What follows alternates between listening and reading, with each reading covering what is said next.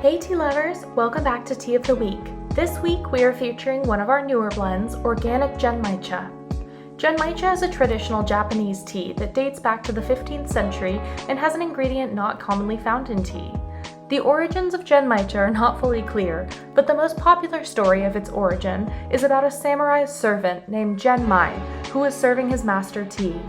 Tea was very expensive at that time, and when a few grains of rice fell from his sleeve into the full cup of tea, he didn't dare to pour the tea out. The samurai ended up loving the flavor that the rice grains added to the green tea, and Genmaicha was born. Let's talk about the two ingredients that go into this tea. First up, we have organic green tea.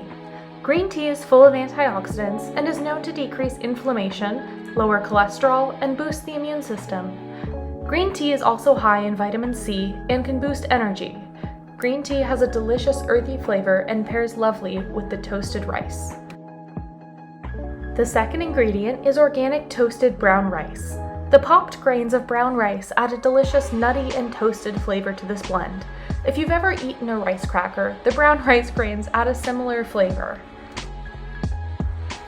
Let's try a simple recipe with Genmaicha.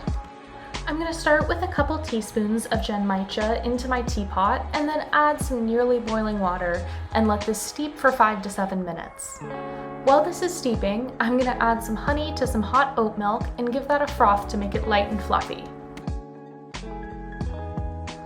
All that's left to do is combine my steeped tea and my oat milk.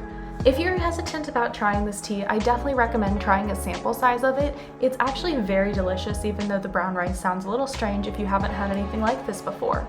The honey complements the toasted rice flavor in this latte very well, and I hope you'll give Genmaicha a try.